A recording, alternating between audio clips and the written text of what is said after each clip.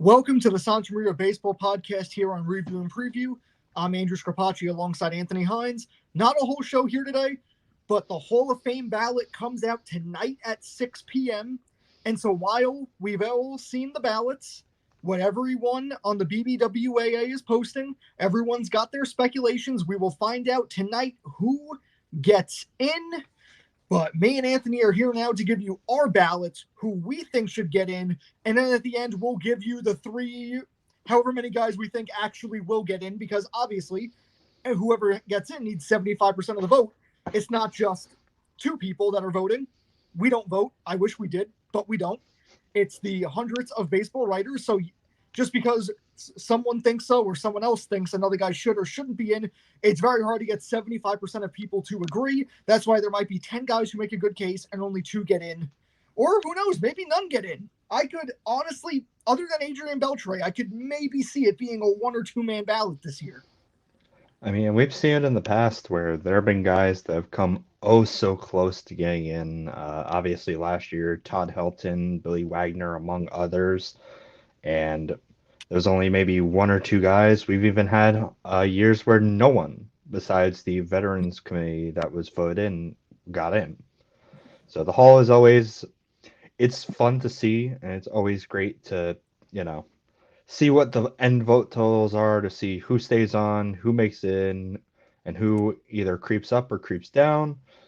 But it can also be a crapshoot because you have times where you have a lot of like Hall of Fame-esque type players that either won't get enough recognition and fall off the ballot, or guys that simply just miss and now have to wait a whole other year. And some guys like Bonds and Clemens, they don't get another year. They get their 10, and they just miss. Well, they actually went down last year from the previous year. That they did. They were hovering around 55, 60. Then it went to like 50. Like that. Yeah, and we saw obviously there was also the whole Kurt Schilling. He was oh so close to getting in. Then said, you know what? I don't care. Don't vote for me. And the writers listened, and he dipped, and that was that. Oh, it's the same reason Pete Rose isn't in. He says, I don't care if I'm not in. And so Manfred says, okay, I don't care if you're in either. Yeah, and I mean, like I said, it's a crapshoot, and at least just with Bonds and Clemens, I know they're not on the ballot this year. I believe this is either the first or the second year of the ballot. It's the first year that they're not on it. I mean, I think they're Hall of Famers, but that's a whole argument for another day. But just remember this, back when Hank Aaron was still alive, Hank Aaron wanted Barry Bonds in the Hall of Fame. I found that interesting, to say the least. Great knows great. Indeed. But it's actually funny, those were all the names we talked about, or rather that I brought up, but in terms of Bonds, Cummins, and Rose, because they're all going to be relevant in my conversation piece for my 10 guys. Did you pick 10? You picked a full 10? Indeed, yes. As of the 24, yeah, I picked all 10. So I'll give you my number 1 guy, and if I had to guess, he's probably your number 1 guy. Shoot. Alex Rodriguez. I don't really think anything needs to be said. I think he is my first pick. I don't think he gets it this year. I think he will get eventually. I don't think it's this year, but I think once Bonds and Clemens get in from the Veterans Committee, I think it'll be probably 5-6 years from now. I believe that's when they're eligible for it. And I think that's going to be around the time that A-Rod also gets voted in, along with maybe some other guys who were on that hit or miss of the steroid list who might still have a couple years left to go. You see, I do have A-Rod on my ballot, and obviously, you know, the numbers just speak for themselves, whether or not PEDs, but the guy I actually circled more was Gary Sheffield. You look at Sheff's numbers over a 10-year span, he was absolutely great. And not only like a guy that, like, you know, you knew what you were going to get out of Sheff. You knew he was going to hit about maybe 20, 30 bombs a year, pretty solid defense, and really just round out the guys. He's a guy I had on there, and then I gave a bit of love to Jimmy Rollins. Obviously, I don't think he's going to get a lot, but I thought about it, just wasn't it. You have to, I mean, you really just have to look at the numbers over about like a 7-year span. Rollins was probably the best, or Yeah, if not one of the best shortstops in the game. it was the same MVP, thing, World though, Series that champ. era, like him and Ryan Howard and Raul Ibanez when the Phillies were winning. Well, didn't Yeah. beat the Yankees, but when they were winning, I I mean, was you look at '08. that You was look like at '08. prime years for those two guys in that organization. But like, and they ever that was the thing. Everybody peaked at once. Ryan Howard was obviously really good prior to that. He won, I think, MVP in 05. So that was like right before the Phillies were breaking away. I think it But was '06, but peaked around still. the same time. Yeah, and I mean, again, you look at that those Phillies teams of like the '08s, the '09s, '010s, 2010, like those teams were unbeatable. Like it almost reminds me of the Phillies teams of now. Like no easy at bats at all. That's true. And then speaking of the Phillies, I also have Chase Utley on my ballot. I do not. Felt like Utley was the type of guy that obviously most remember him for the Ruben Tejada slide in 2015, and harbor ill will there. I get it, but Utley was arguably one of the best second basemen to play over the last 20 years. Um, I've also got Billy Wagner. That's I have without question. I don't even know why we're even having this we conversation. I feel like He should have been in already, but yeah, I have him. Obviously, Adrian Beltre and Todd Helton were just immediate checkoffs for me. Those are guys that Helton should have gotten last year, and Beltre is a surefire first ballot Hall of Famer. Whether or not he's unanimous, that's up to you to decide, but I think he has a shot. if who's unanimous, Beltre. I don't think he's going to be unanimous. I don't think he's going to top 95%. I think he'll I probably feel be like you're looking at at like 93. 93. Yeah. But I have Belcher Then too. I also had Andrew Jones as well. So do I. Jones, great defender, great hitter. And then my last two are kind of not like hopefuls, but kind of ones that you really had to think about debate wise. One being Joe Mauer for a great span of his career at catcher. He was arguably one of the best. Won, I think it was 2 MVPs with the Twins before eventually moving over to first base due to injury. And then the other is, I mean, it's kind of a head scratcher, but I think he will eventually get in. Maybe not this year, maybe not next year, but Carlos Beltran. I think baseball fans and writers in general have to look past, and I think they are starting to look past the whole 2017 cheating scandal, and you really have to look at what Beltran did over his entire major league career. Obviously, the World Series is tainted, but he's a guy who you can That's what count it on is. every That's day. his So only World Series. that's his only World Series ring, yeah. Yeah.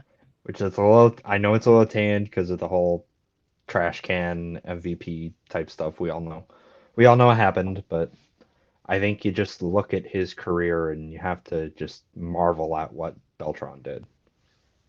Okay, so I'm really surprised you didn't have this guy because I feel like him and A-Rod are the same conversation. My 1 and 2 were A-Rod and Manny Ramirez. They were two of the greatest 10 hitters ever, probably. And by far, probably outside of Bonds, was probably two of the best 3 hitters ever for the past 25 years. You see, Ramirez for me came down to like Would I steroids, had my 9.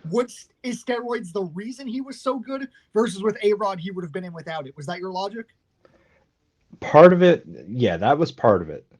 The other part was the fact that, and this is going to be sad to say, but I ran out of space for Red Ramirez Sox. on my ballot. No, it had nothing to do with the Red Sox. Just mainly, just straight up, I ran out of space for him on the ballot. But yeah, there's no denying you can make a pretty good case for Manny Ramirez, like you were saying, an unbelievable hitter. I mean, this dude was hitting tanks at like 19, 18 in the big leagues, and wasn't really much with Cleveland, but once he got to Boston, that was really where everything clicked. Same thing with Ortiz. I wonder if any of that's Well, Minnesota's just, Cleveland great in Boston. What happened when they both went to Boston? hey, look, for Poppy, he had to get out of Minnesota. He was not getting any opportunities in Minnesota. Cleveland, Minnesota, same thing, same division. Same Both division. irrelevant franchises. Both poverty. We're gonna get a lot of hate for that. All right, but yeah, no, with Manny, it was just more. It was more with space than anything else. I don't see how that makes sense though, because I'll tell you this. So my last pick was Omar Vizquel, and I didn't want to pick him because I'm an analytics guy, and he is the opposite of an analytics guy. He is the worst, best player ever. Yeah, Vizquel's kind of a very curious case. I really had to think about it. The last two, on my last choice, it was between Vizquel and Beltran. And now again, this isn't the way you're supposed to do it, but my mentality is Beltran has a lot more years to get it. Vizquel doesn't. That was my reasoning. It's horrible reasoning, but that was my reasoning. But with Vizquel, the only two players with more hits than him not in the Hall of Fame are Pete Rose and Rafael Palmeiro. Rafael Palmeiro, steroids. That's why he's not in. And then he also has 9 straight Gold Gloves. So, and again, he was a shortstop, and which is a very hard position. Probably outside of catcher is the hardest position to play every single game, year after year after year, as you age. So I took that into account. But the 688 career OPS is terrible. It's horrible. It's atrocious. But I'm looking at it and I'm like, he still had 2,877 hits. So give him some love. Let him get in this time.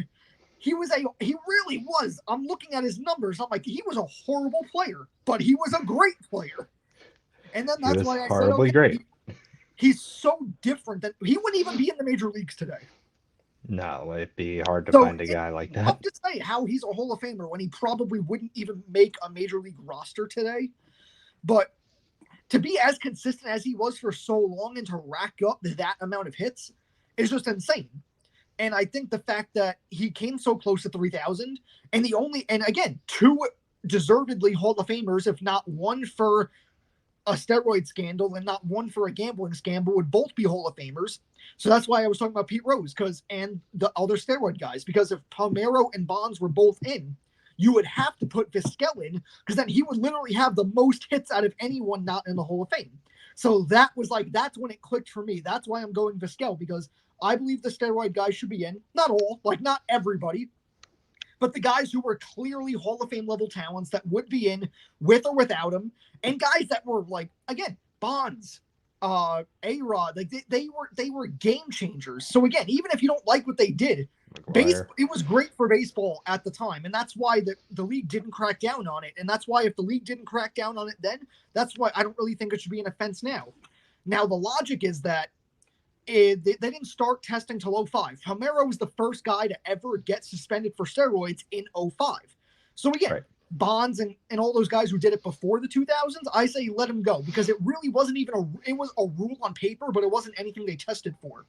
Now I get it. A-Rod, again, it was 10 years later, so no excuses there. Palmeiro knew about it, no excuses there. But 500 homers, 3,000 hits, I think Palmeiro is another Hall of Fame worthy guy.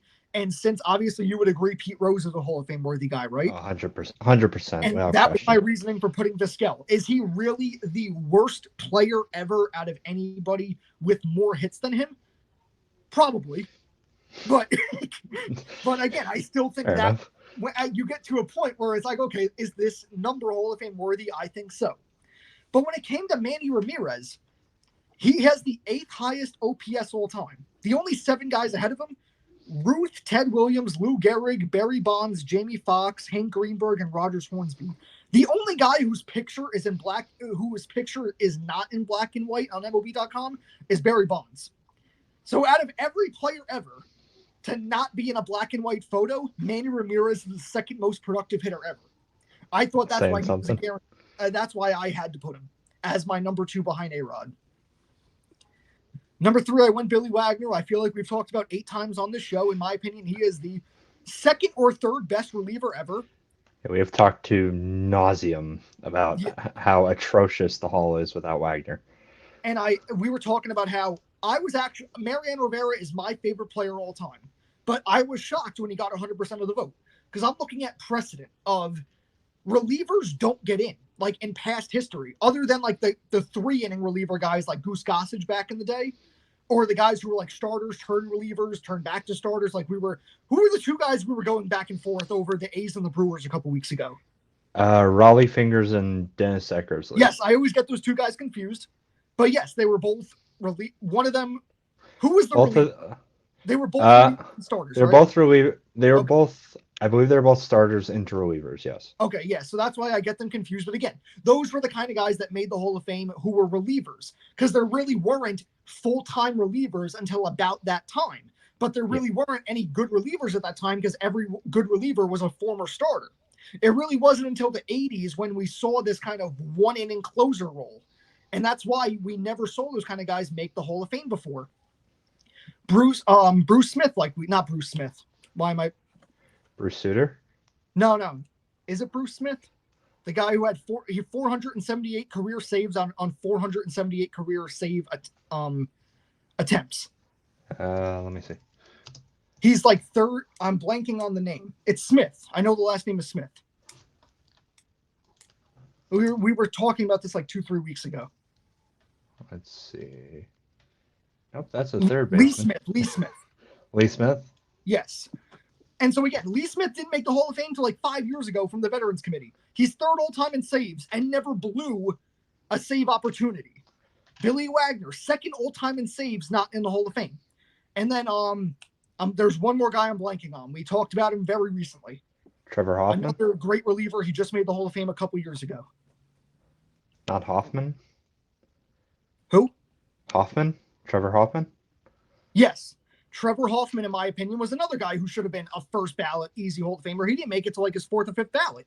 And he, outside of Rivera, is the most productive reliever ever. Doesn't have the most innings, the most saves, but he was a strikeout machine and has an under 2 ERA. Billy Wagner, 2.31, second most saves. But again, other than Rivera, and again, I'm talking before a couple years ago when Rivera was voted in, these single inning relievers had a terrible precedent for the Hall of Fame. They either never got in with barely getting in, or like Trevor Hoffman, he barely got in on his fourth ballot at like 78%. And in my opinion, he's the second best reliever ever. Billy Wagner is third and Lee Smith is fourth. So when Mariano Rivera was on the ballot, I didn't think there was any chance he would get 100%. I figured he would get about 90 because the precedent was these one inning closer guys never got in. So again, I knew he would get in first ballot, but I figured there would be some of those guys who were like, no, this position is not Hall of Fame worthy. So even being the big Rivera fan I am, I was shocked he got 100%. But again, Billy Wagner, he was my third pick. He's one of the best relievers ever, the single inning closers. He should be in. Fourth guy, Todd Helton, 953 OPS. And I love looking at Silver Slugger to Gold Gloves because it looks at the two aspects of the game, offensively, defensively, being the best player at that position for your league at that time. Right. So Todd Helton, a 4-time Silver Slugger, 3-time Gold Glove, 953 OPS is top 20 all time. So I absolutely think he should be in. I don't care about the course effect. It is what it is. Gary Sheffield, I know there's speculation he did steroids, but again, there are guys who were in the Hall of Fame that we know did steroids, like David Ortiz, pretty much is 99%. He got confirmed with it. He didn't even deny it. He doesn't deny it, really. It's just not as talked about. But 500 homers, over a 900 OPS, has a World Series ring, 5-time Silver Slugger, and he did it with 4 different teams. He won a Silver Slugger with 4 different teams. So I think Gary Sheffield, his ability to just dominate wherever he goes, because again, he was never a number one guy on any team, and that's why he really never got in. Because he was on the Yankees, he was on a bunch of different teams. He was pretty much a star among. He always had like 1 or 2 players that were better than him on any given team, so he never had that spotlight. But I think he was a cornerstone on every team he ever played for. But again, you can only sign so many guys to big contracts. So when every team has their 1 or 2 guys that they sign to career extensions, he was the last man out. But I think he should be in for that. My 6th guy is Andy Pettitte. Now again, I know you've been making this argument for a while. What? I know you've been making this argument for him for a long time here. He has the most postseason innings and wins ever. And innings are by a lot. He's 54 innings because he had 276 innings. The next closest is Verlander at 220. So he's over 50 innings above Verlander. I don't think Verlander breaks it. He's getting old. I don't think he has that many postseasons left in him. So depends on how much the Astros get there, yeah. Yeah, unless he pitches till he's 45, like Colon. But you never know. I wanted to put Cologne on the ballot, but I didn't. I wanted to. But I did. Funny enough, I did look at Cologne. Like I actually I looked at the numbers. I looked at it, but I couldn't. I just couldn't yeah. see it. But Andy Pettitte, a 5-time World Series champion, won the ALCS MVP in 2001, 4th all-time in postseason strikeouts, 2nd all-time in pickoffs. And obviously we know, again, he was never a number 1 pitcher over the course of an entire season, never won a Cy Young. But you knew he was going to give you 6-7 innings every start. And I think to do that over that many years, along with his postseason dominance, and again, say he never existed, do the Yankees win at least 1 World Series? Probably, but I don't think they win 5. And I just think he was an ace on a dynasty. He was an ace on one of the best dynasties ever for such a long time. And so, yes, for that reason, I do think Andy Pettitte should be in the Hall of Fame. And again, I know it's mostly on just regular season numbers, but if you look at everything, the amount of, now again, the Yankees were a great team, so he was always going to be in the postseason. I get it. He didn't have to do much to get to the postseason, but in the postseason, he was reliable every time. And again, you're facing the best of the best lineups in the postseason, and I think that is deserving of a Hall of Fame career. And being 2nd in pickoffs all the time, again, it's a fun stat, but it's a unique character trait that he had on the mound that no other pitcher had. And I think that's Hall of Fame worthy too. He's also a guy that a lot of people actually forget. He was also an Astro for a few years and did pitch in that 05 World Series against the White Sox. Granted, they didn't win, but still. That is a forgotten World Series because everyone forgets the White Sox won that year, and everyone forgets the Astros were in it that year. So everybody forgets that the Astros, especially more now, that the fact that the Astros were actually an NL team up until about 2013. Yeah, true. Yeah. So I didn't think of that either. Yeah, no, that was a strange year. Think about how hard it is to win a 6-team division and how easy West had it. Think about this too at that year. Texas won the division and made the World Series in 2010 and 11. Then 2012, the Astros joined, and they don't win another division till. No, they didn't. Did they win? They didn't win the division last year. They lost by a game. So they haven't won. Not won a division since. Granted, I think they take the World Series instead, but they won it in, I believe, 2016. I think that was the last year. Yeah. But still, and the Astros won the World Series in 2017, so they still got the better laugh. They didn't get the better laugh till this year. That's true. It took 12 years to recover from the Astros joining their division. Womp womp. No, but also you had the what's it called? Another thing that gets forgotten about that, and we'll move on from that World Series quickly after this, is that what's it called? El Duque was a pitcher for a White Sox in 05 on that too. Pitched granted, he stunk in that World Series, but he still helped the White Sox win that title.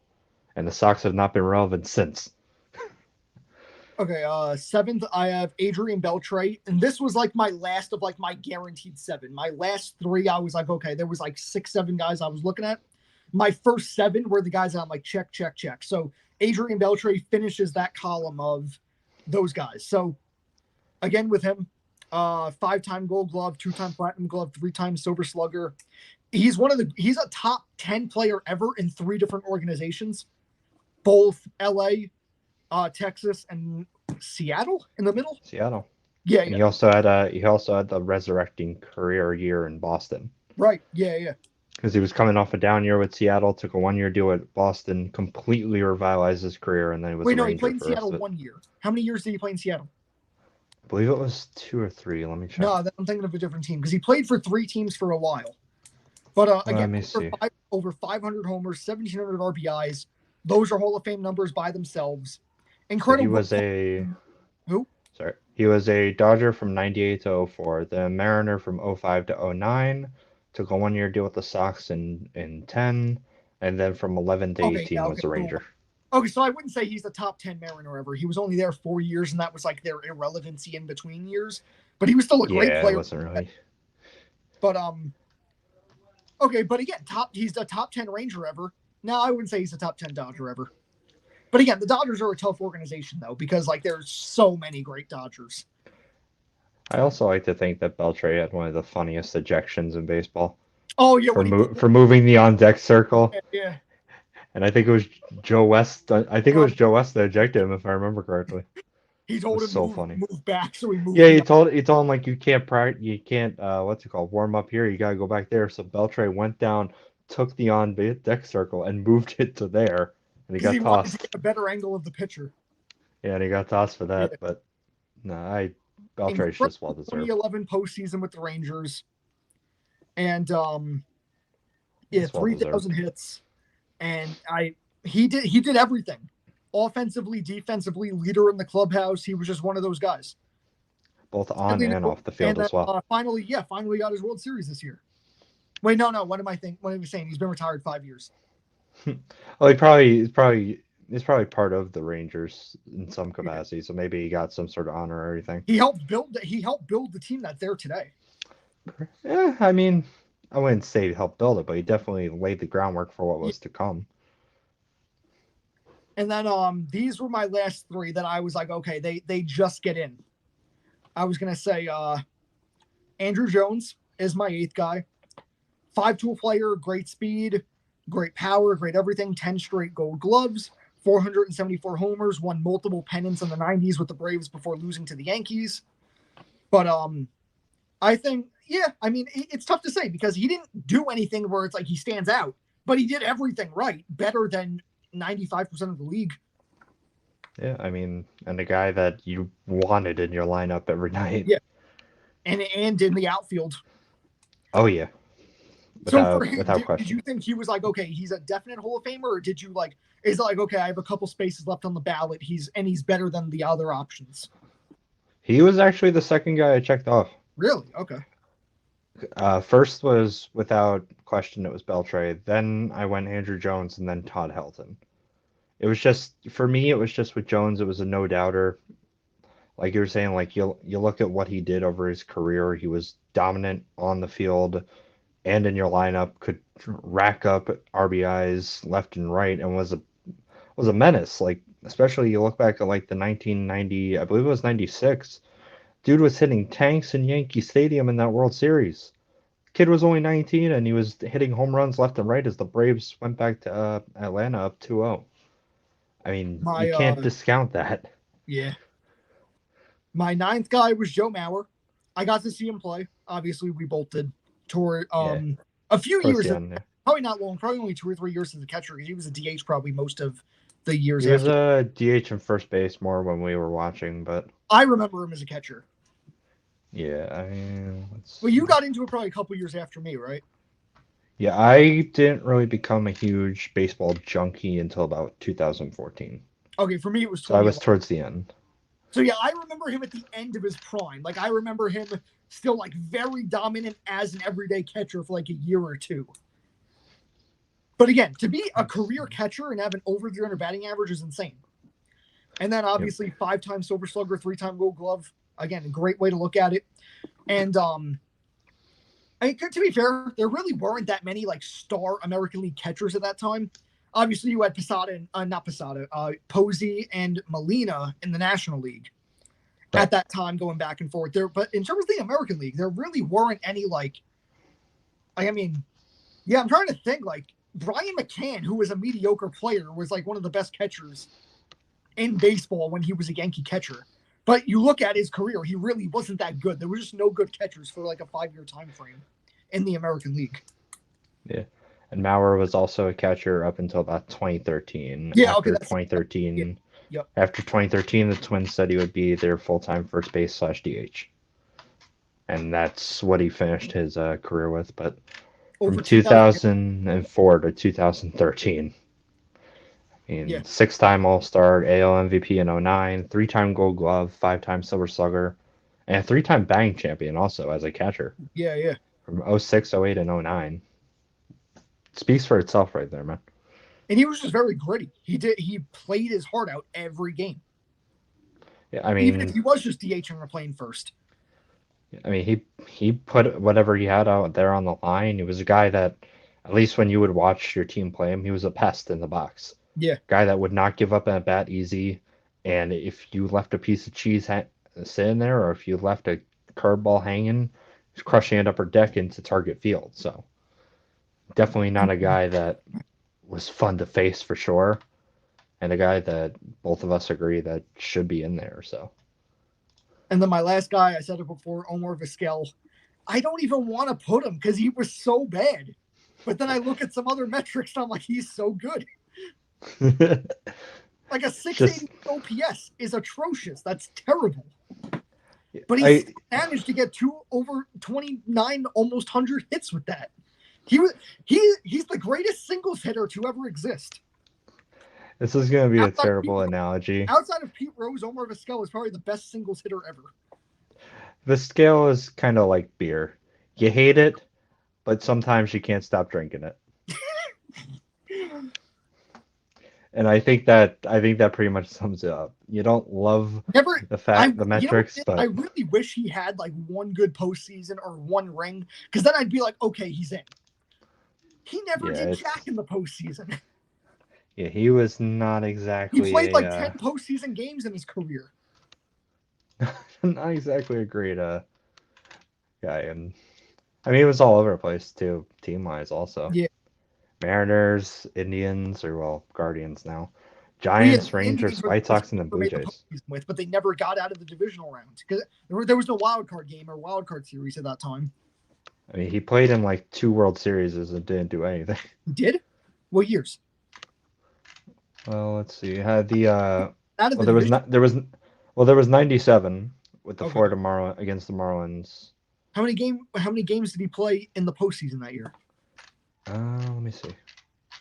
I must have read the stats wrong. Because I didn't think he ever made a World Series. If he did, I'll say, okay, I mean, then that adds to my case. Let's see. So he was with them twice, in 95 against the Braves and 97 against the Marlins. And he's a lifetime 250 hitter. He's a lifetime 250 hitter in 57 postseason games. Oh, he did play a lot in the postseason. Yeah, 57 postseason games. I might have read a difference. I might have clicked on maybe like NLCS instead of postseason cumulative. Granted, this is Wikipedia, so who knows how true this is. Oh, but still. No, it's fine. I might have I was probably scrolling. I probably clicked on Division Series by accident instead of postseason cumulative. Well, let's take a look at Baseball Reference real quick. See if I can pull up the postseason. Okay, but yeah, if he has a lot of substantial postseason games, I would say then he should be in the Hall of Fame. Okay, he postseason wise in 11 series in 6 years. Let's see, he had 57 hits out of 228 play appearances. Let's see, 7 doubles, 4 triples, no homers, 20 RBIs, 23 stolen bags. Was only caught stealing 3 times. 25 walks, struck out 36 times, and batted .250 with an on-base percentage of .327 and a slugging of .316 and an OPS of .643. Yeah, so again, like really bad, but also productive. He sucked, but he was solid. Like, if you want his numbers by series, division series wise, he's batting .314, championship series 192, World Series 208. So he was good in the division series. I mean, so he helped get his teams past rounds, but nothing more.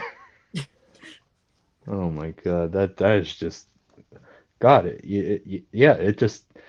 He's great, but he sucks. Yeah, guys that I think I'll vote for in the future. Again, obviously Beltran, probably David Wright. Again, Wright was interesting. I looked at the numbers for Rollins and Chase Utley again. I probably didn't give them really that much of a fair look, but look, let's be honest. None of us were looking at James Shields, right? No. Just Cologne drives it deep right field. Like, I forgot about him. How about both Jose Reyes and Brandon Phillips? Those are blasts from the past.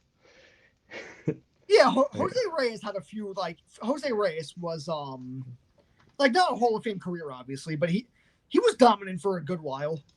He had some okay years. Yeah.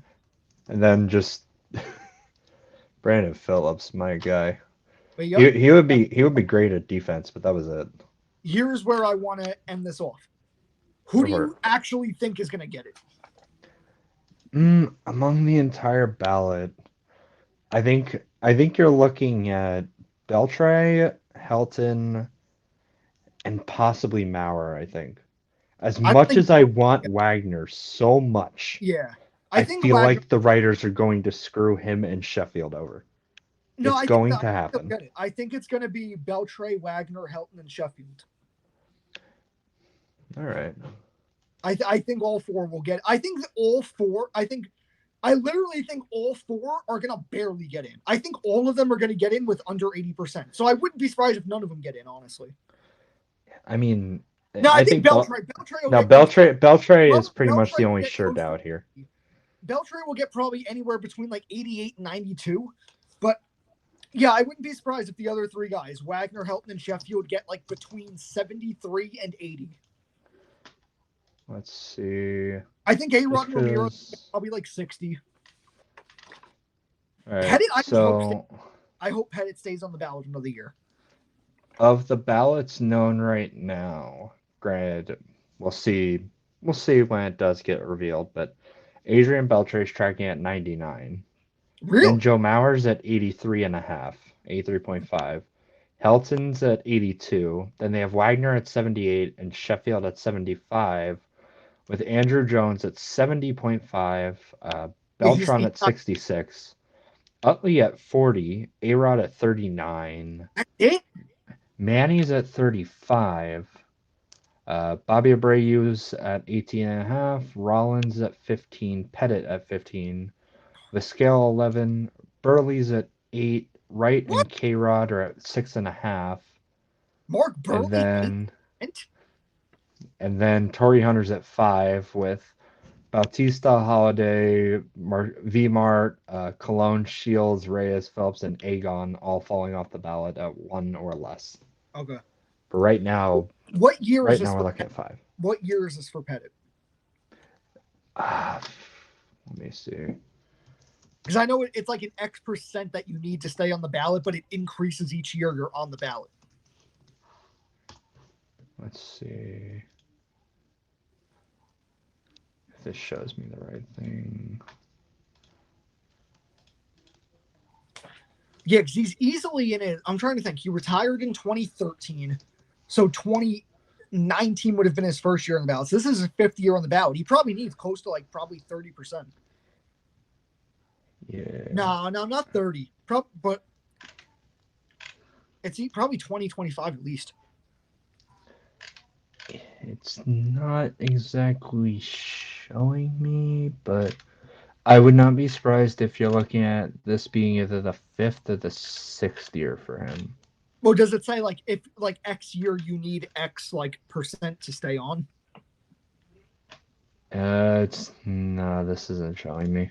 Okay. But I know you need at least 5% to stay on, and Pettit's. That's consistent for whatever year it is? Like whatever year. Yeah, regardless of the year, it's 5% or above. If you have more than 5%, you get to stay on the ballot for another year. So he'll stay on the ballot. If you're lower than that. I thought it was like each year you're on the ballot, that number goes up. Yeah. Okay. And just and for everyone watching, just know that these ballots will come more and more down depending on once we see more revealed, because this is of the 188 public ballots and the 12 anonymous and unverifiable ballots.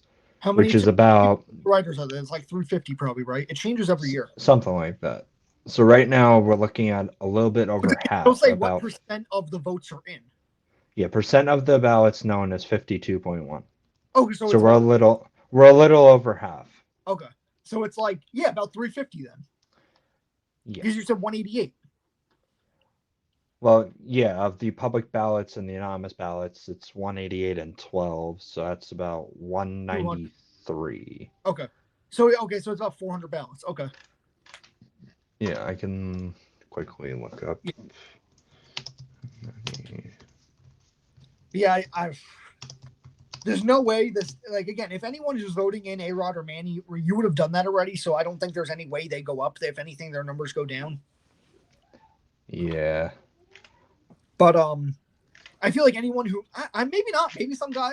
No, I don't think so. I think if you're voting that like A-Rod or Manny, you either know you are or you're not. Because it's not a matter of were they good enough compared to 8 other guys. Is it steroids or is it not? Because I don't think there's any doubt they're top 10 players from the ballot. Like again, guys like Omar Vizquel, Andrew Jones, and like the other guys, it's like, okay, like you really want to think about, okay, of the top 10 guys, are they top 10? Or do you even want to vote all 10? You don't need to vote 10. You could vote no one if you want. It's up to 10. I mean, we have writers that will vote only 1 or 2 guys. We've seen it happen before. It depends, or it depends if you're a small hall type of guy where you think it's, exclusive to only maybe 1 or 2 guys, or if you think it's a big hall where you want as many of the greatest players that played the game that are on the ballot as possible.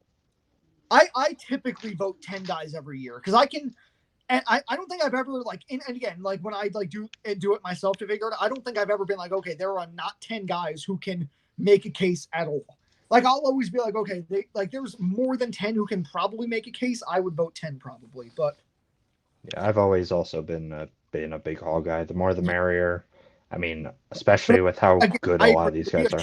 Billy Wagner doesn't get in. It'll be a shame if he doesn't get like 85.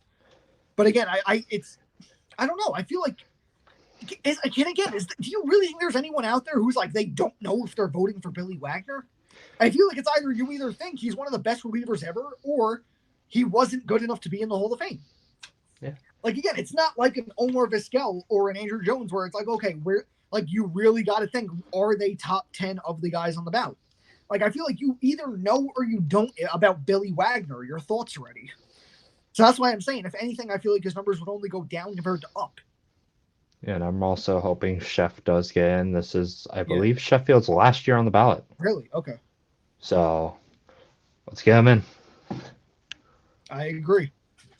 But with that, that'll do it from us here today. A Hall of Fame worthy segment to Indeed. post.